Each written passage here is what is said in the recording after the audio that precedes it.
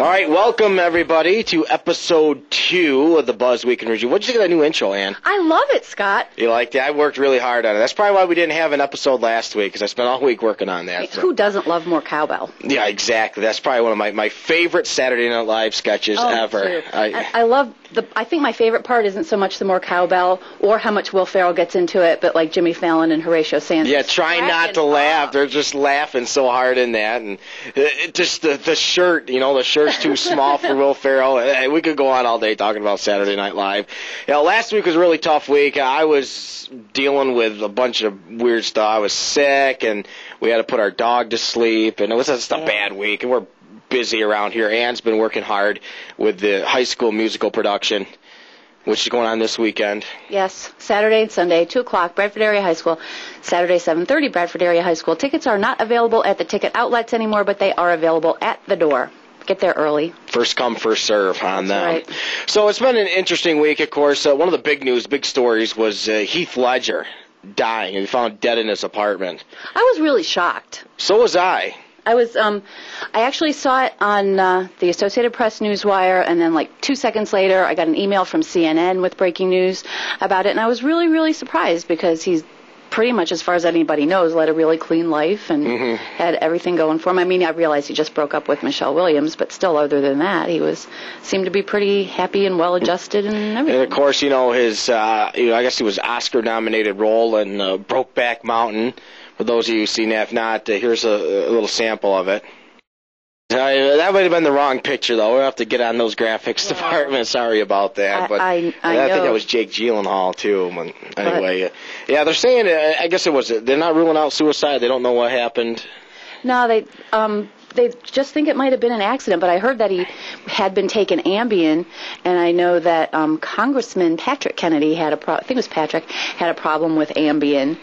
Is that the one that was out driving and ran into a bunch of stuff a couple of years ago? Didn't realize he was doing it. He was sleep driving, and they said it was because of Ambien, and I know other people have had problems with Well, I know Ambien. I can't, working mornings is really tough for me. I'm not a morning person, and then some nights I can't go to sleep.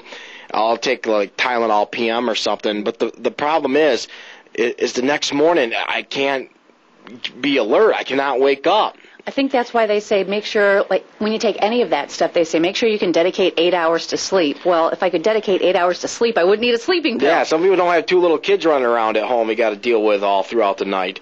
But yeah, that was a pretty shocking. Heath Ledger passing away, and I kind of got Frank on the Morning Buzz earlier this week. Did you ever listen to that? Yes, I did. Did you go and listen to that? Of course I did. Yeah, and if anyone hasn't seen it, you can go to the website, scottsmorningbuzz.com, and click the Douglas On Demand section. Which is one of my favorite places on the Internet. Now, I don't necessarily have to wake up at 6 o'clock in the morning to There you go. show. You can listen to it, but the problem is everybody else listens to it, and I really can't get away with stuff that I could do just one off. Well, I could probably edit some stuff out, but I really haven't any problems lately.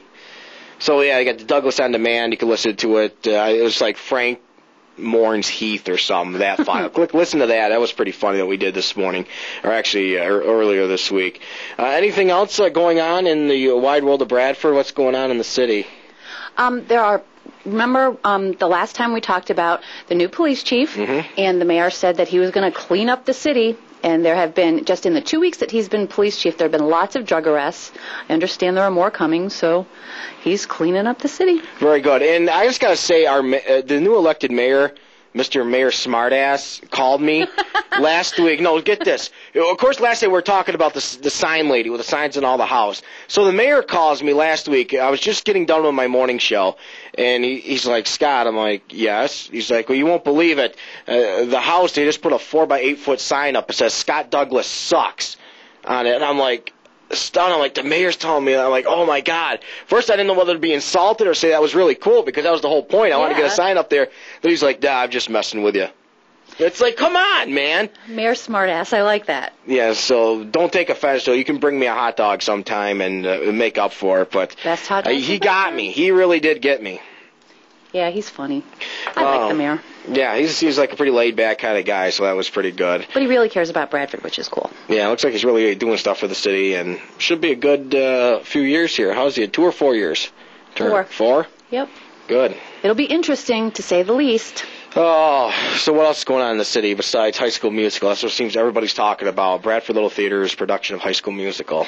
I've pretty much been here and at Bradford High getting ready for High School Musical, so I don't really know anything else that's going on, except we talked about the cat lady last time. Mm-hmm. The dog lady got sent. Ooh, that's right. The 21 Great Danes found on this woman's property. And is it true that she's not going to have to go back to jail since she's already served 6 months? She's done. But she's going to be on parole and then probation for several years, and she's never allowed to own another dog as long as she lives. Wow. And one thing I thought was interesting is one of the reasons she has to get out of jail early.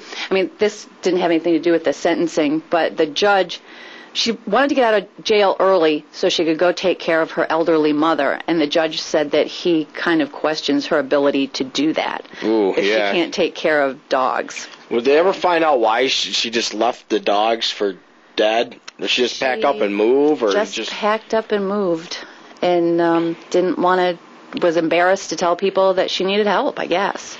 Yeah, that's a sad story. Sad. Pulled a lot of nerves around here, and now that's finally come to an end. The dog lady, free after being locked up for 6 months. Yep. All right. What about you? Found this story? Yes, I did. Why don't you go ahead and do this one real quick? You would like me to read it? Yes, I would. It's funnier right. when Ann reads it because she's trying to keep so serious. All right. I don't know if I can read it out loud, but I will try. Okay, this happened near Harrisburg. See a little arrow down there? Harrisburg is up here somewhere. So that's where it is.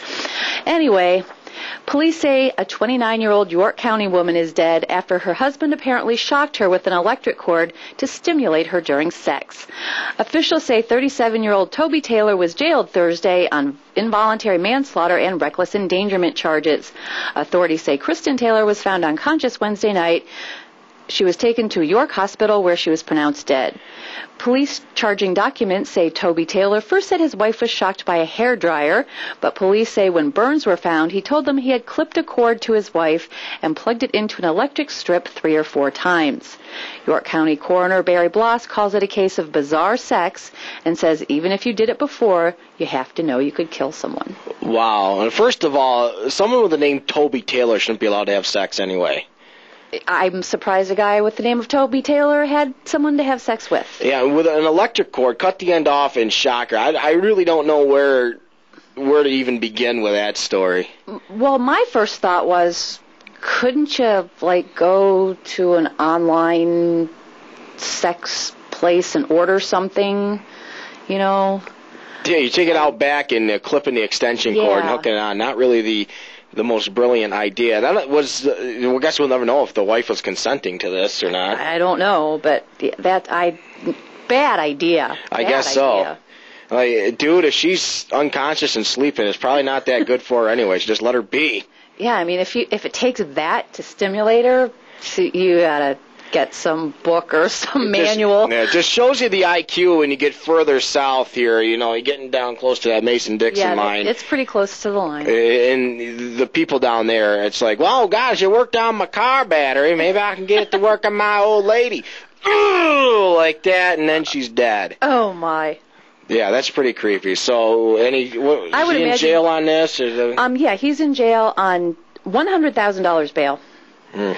And I imagine even if Toby gets out of jail, he's not going to be married again.